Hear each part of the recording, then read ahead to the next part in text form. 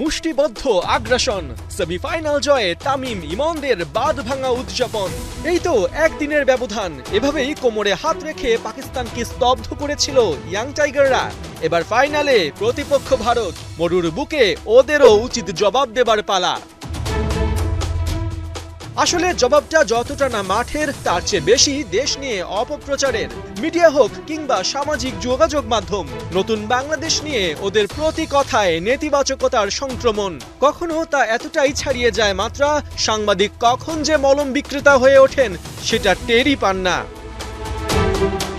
তবে বাংলাদেশ নিয়ে পার্শ্ববর্তী দেশের যতই অ্যালার্জি থাকুক, ক্রীড়াঙ্গনে লাল সবুজের পতাকা তরতর করে এগিয়ে চলছে, যেখানে বাংলাদেশ মানেই ভারতের হার। যুব এশিয়া কাপ ফাইনালের আগে তামিমদের অনুপ্রেরণা হতে পারে সাফ জয়ী বাংলাদেশ নারী দল। কদিন আগেই যারা ভারতকে ৩-১ গোলে স্রেফ উড়িয়ে দিয়েছে। অনুপ্রেরণা হতে পারে গেল আসর, যেখানে সেমিতেও আছে ভারতকে হারানোর রেকর্ড। নতুন বাংলাদেশের সাফল্য এখন ঢাকা ছাপিয়ে আলোড়ন তুলেছে দুবাইতে। আন্ডার-19 এশিয়া কাপে এখন পর্যন্ত ব্যাটে বলে লাল সবুজদের জয় জয়কার। টুর্নামেন্টের টপ বোলার লিস্টেই চোখ ফেলুন, সেরা তিনের প্রথম দুজনই বাংলাদেশি। 10 উইকেট নিয়ে 7 দেশের সবাইকে পেছনে ফেলেছেন আল ফাহাদ ও ইকবাল হোসেন ইমন। স্কোরার লিস্টেও সেরা তিনের একজন বাংলার ক্যাপ্টেন আজিজুল হাকিম তামিম। 4 ম্যাচে 1 সেঞ্চুরি, 2 50। ওর দাপটে আফগানিস্তান, নেপাল, পাকিস্তান কেউই পাত্তা পায়নি। ফাইনালে বাংলাদেশের বড় চ্যালেঞ্জের নাম 13 বছর বয়সী ওপেনার বৈভব সূর্যবংশী। কদিন আগে আইপিএল ইতিহাসে সর্বকনিষ্ঠ প্লেয়ার হিসেবে রাজস্থান রয়্যালসে নাম লিখিয়েছেন।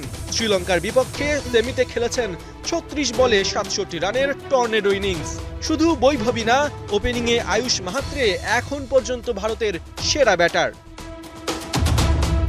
তবে পরিসংখ্যানই হোক কিংবা বর্তমান হালচাল, এই টুর্নামেন্টের আগেই বাংলাদেশের শক্তির যে পরিচয় পেয়েছে ভারত, তাতে ওদের পা কাঁপারই কথা।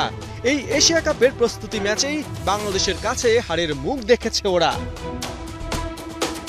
ম্যাচের আগে বাংলাদেশ ক্যাপ্টেন তামিমের সুরে স্পষ্ট বোঝা গেছে, শিরোপা ধরে রাখার লড়াইয়ে কোনো শঙ্কা তো নেই, উল্টো কথা হবে চোখে চোখ রেখে। ইনশাল্লাহ ফাইনালে আমরা আমাদের বেস্ট দেওয়ার চেষ্টা করবো, আমাদের সর্বশক্তি ইনশাল্লাহ লাভ যাবো এবং আমরা আমার জায়গায় সবার বেস্ট দেওয়ার চেষ্টা করবো। সবাই আমাদের দোয়া করবেন, সাপোর্ট করবেন, দেখবেন।